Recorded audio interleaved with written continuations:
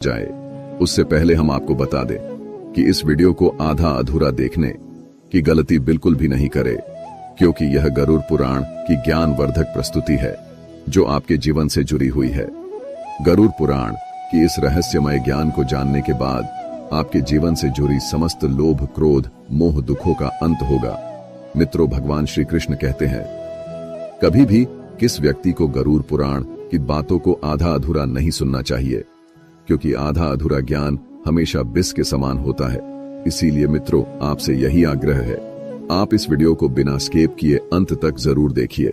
साथ ही इस वीडियो को एक लाइक करके चैनल को अवश्य सब्सक्राइब कर लीजिए। और हाँ दोस्तों, कमेंट बॉक्स में जय श्री कृष्ण लिखकर ईश्वर को आप अपना आभार व्यक्त जरूर कर दीजिए। इससे आपके जीवन से सभी दुखों का अंत होगा।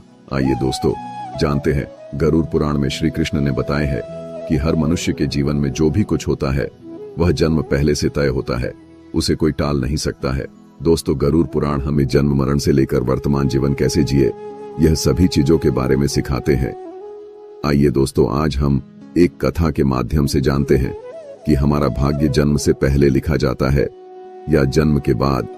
जो गरुड़ पुराण स्कंद पुराण के द्वारा बताया गया है, जो श्री कृष्ण ने स्वयं नारद बतलाया था, आज हम उन्हीं कथा जानेंगे। मित्रों, एक समय की बात है, द्वारका नगरी में दिन श्री कृष्ण अपने दिव्य आसन पे बैठे हुए थे। तभी देवर श्री नारद नारायण नारायण का जाप करते हुए उनके पास पहुंचते हैं और उन्होंने प्रणाम करके और बोले, है प्रभु, आप त्रिकालदर्शी हैं। मैंने सुना हूं कि जो जीव मनुष्य जन्म लेता है, क्या उसका भाग्य पहले से लिखा होता है? है प्रभु, मैं जानना चाहता हूं कि मनुष्य के साथ जो कुछ घटना घटित होता है वह उसके जन्म से पहले तय होता है या वह पिछले जन्म का भोग भोगता है? क्या यह सत्य है या हम अपनी मेहनत और कर्मों से उसे बदल सकते हैं? फिर भगवान श्री कृष्ण नारद की बात सुनकर मुस्कुराए और बोले, हे नारद, आपका यह प्रश्न बहुत ही गूढ़ और महत्वपूर्ण है, जो मानव जाति लिए उसके जन्म, कर्म और मृत्यु पर आधारित है। फिर कृष्ण बोले, हे नारद, मैं तुम्हें एक कथा सुनाता हूँ जो न तुम्हारे इस प्रश्न उत्तर देगी, बल्कि हर मनुष्य के लिए एक चेतावनी और प्रेरणा भी होगी। तुम इस कथा को पूरे ध्यान पूर्वक आखिरी तक सुनो। कृष्ण बोले, है नारद, यह गरुड़ पुराण की कथा है। जो यह कथा को आधा अधूरा सुनने की गलती करता है, उस पर भारी संकट आती है, क्योंकि आधा अधूरा ज्ञान हमेशा विष के समान होता है। कृष्ण बोले, है नारद, इस कलयुग भरी संसार में जो मनुष्य इस कथा को पूरे ध्यान पूर्वक आखिरी तक सुन लेगा और समझ लेगा, उसका इस संसार से सभी पाप कर्म, क्रोध, मोह से मुक्ति मिलेगा। फिर नारद बोले, है प्रभु, मैं उस कथा को पूरे ध्यान पूर्वक आखिरी तक सुनूंगा, आप उस कथा को निश्चित हो सुनाएं। फिर श्री कृष्ण ने नारद को वह कथा सुनाते हैं। श्री कृष्ण बोले, है नारद, प्राचीन काल में एक विशाल और समृद्ध राज्य था जिसका नाम अक्षयपुरी था। उस राज्य का शासक राजा रत्नधर था। राजा रत्नधर अत्यंत धर्मात्मा और न्यायप्रिय था। वह सदैव अपने राज्य के प्रजा के कल्याण के लिए काम करता था और धर्म का पालन करता था। उसे भगवान से एक संतान का आशीर्वाद चाहिए था, ताकि वह अपने राज्य का कार्यभार किसी योग्य उत्तराधिकारी को सौंप सके। फिर है नारद, राजा रत्नधर और रानी दोनों ने कई वर्षों तक तपस्या की। इससे भगवान शिव ने प्रसन्न होकर उसे संतान होने का वरदान दिया। फिर एक दिन भगवान शिव के आशीर्वाद से रानी गर्भवती हुई। राजा और रानी अत्यंत प्रसन्न थे, क्योंकि वे चाहते थे कि उनका बेटा महान शासक बने और राज्य को सुख समृद्धि की ओर ले जाए। परंतु जब रानी ने बेटे को जन्म दिया तो वह बच्चा विकलांग और शारीरिक रूप से कमजोर था। उसके शरीर की हड्डियां टूटी हुई थीं और वह शारीरिक रूप से सक्षम नहीं था। राजा रत्नधर का दिल टूट गया। उसने भगवान से यह सवाल पूछा कि ऐसा क्यों हुआ। तब राजा रत्नधर ने भगवान श्री कृष्ण से मिलने का निर्णय लिया और उन्हें अपने दुखों को साझा करने के लिए वहां पहुंचे। राजा ने भगवान से पूछा, हे प्रभु, मैंने इतनी तपस्या की, यज्ञ किए, फिर भी मेरे बेटे का जन्म विकलांग क्यों हुआ? मैंने भगवान शिव से आशीर्वाद लिया था, लेकिन ऐसा क्यों हुआ? क्या यह मेरे भाग्य में पहले से लिखा हुआ था? फिर श्री कृष्ण मुस्कुराए और कहा, हे राजा, तुम सही कहते हो कि तुम्हारा पुत्र विकलांग जन्मा है। क्या तुम जानते हो कि तुम्हारे पुत्र का जन्म इस प्रकार क्यों हुआ है? यह तुम्हारे द्वारा किए गए पूर्व जन्मों के कर्मों का फल है। यह तुम्हारे पिछले जन्म के कर्मों का परिणाम है जो तुम्हारे भाग्य में लिखा हुआ था। लेकिन इसका कारण यह नहीं है कि तुम्हारा भाग्य पहले से निर्धारित था। यह घटना तुम्हारे और तुम्हारे बेटे के कर्मों का फल है जो उसके पिछले जन्मों से जुड़ा हुआ है। राजा ने आश्चर्यचकित होते हुए पूछा, हे प्रभु, क्या भाग्य वास्तव में पहले से लिखा होता है? श्री कृष्ण ने कहा, जन्म, मृत्यु और जीवन के उतार चढ़ाव पहले से निर्धारित होते हैं, लेकिन हम जो कर्म करते हैं वह हमारे भाग्य को बदल सकते हैं। जिस दिन तुम्हारे बेटे का जन्म हुआ था उस दिन तुमने एक विशेष संतान का वरदान प्राप्त किया था, लेकिन उस संतान को चुनौतियां मिलना जरूरी था ताकि वह अपने जीवन में धैर्य, साहस और पराक्रम को विकसित कर सके। लेकिन उसका भविष्य केवल उस समय के कर्मों से नहीं होता है, बल्कि यह तुम्हारे पिछले जन्मों के कर्मों का परिणाम है।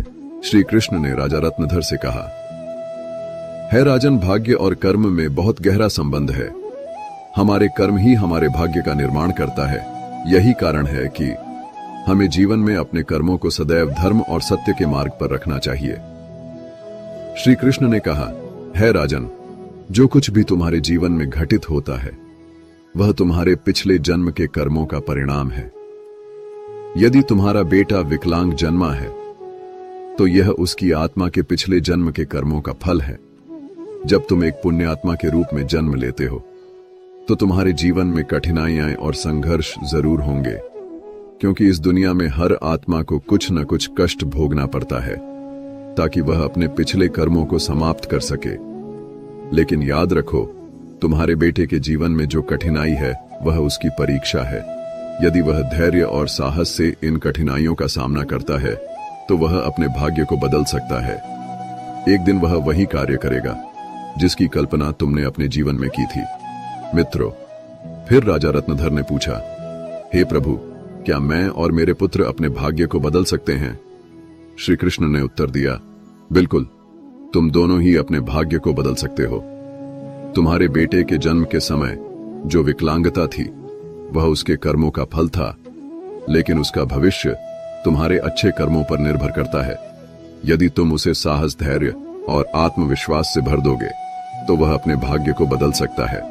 तुम्हारे अच्छे कर्मों के परिणाम स्वरूप वह एक दिन महान बनेगा और राज्य का भार संभालने में सक्षम होगा।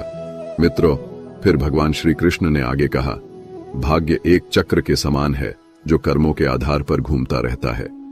जब तुम अच्छे कर्म करते हो तो तुम अपने भाग्य को सुखमय बना सकते हो।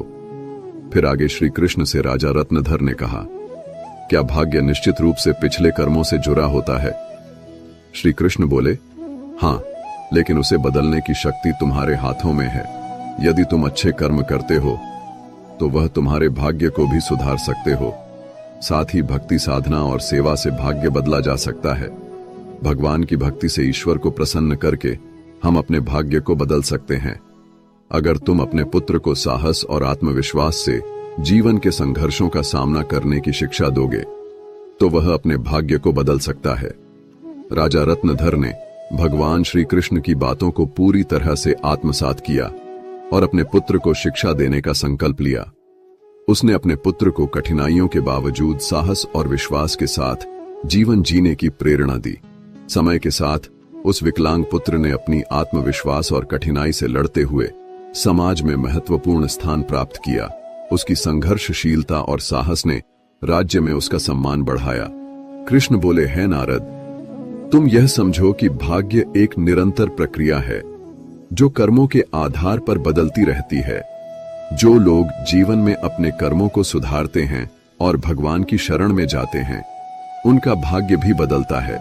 यह केवल कर्म ही नहीं है बल्कि यह जीवन के संघर्षों और कर्मों का परिणाम है। मित्रों, फिर श्री कृष्ण ने नारद से कहा, यह कथा हमें यह सिखाती है कि जीवन में जो कुछ भी घटित होता है वह हमारे पिछले कर्मों का फल है। भाग्य और कर्म का कोई निश्चित प्रारूप नहीं है। हमारा कर्म हमारा भाग्य को बदल सकता है। मित्रों, गरुड़ पुराण हमें सिखाते हैं, यदि हम अच्छे कर्म करते हैं और सत्य की राह पे चलते हैं और ईश्वर के ध्यान करते हैं तो हम अपने जीवन की दिशा बदल सकते हैं। फिर श्री कृष्ण ने नारद से कहा, है नारद, यह संसार कर्मों का दर्पण है। जो जैसा कर्म करेगा वह वैसा फल भोगेगा। मनुष्य को यह ध्यान रखना चाहिए कि माता पिता की सेवा, दूसरे की सहायता और ईश्वर का ध्यान ही सबसे बड़ा धर्म है। जो मनुष्य अपने पिछले जन्म में किसी के साथ पाप किया है, किसी को कष्ट दिया है, उसे न केवल नरक में भयानक यातना मिलती है, बल्कि वह जन्म जन्मांतर तक उस भोग भोगती है। लेकिन जो अपना कर्म सुधारता है वह इस चक्र से मुक्त हो सकता है, क्योंकि यह संसार एक अवसर है। धर्म, सेवा, सत्य ही मनुष्य का जीवन है।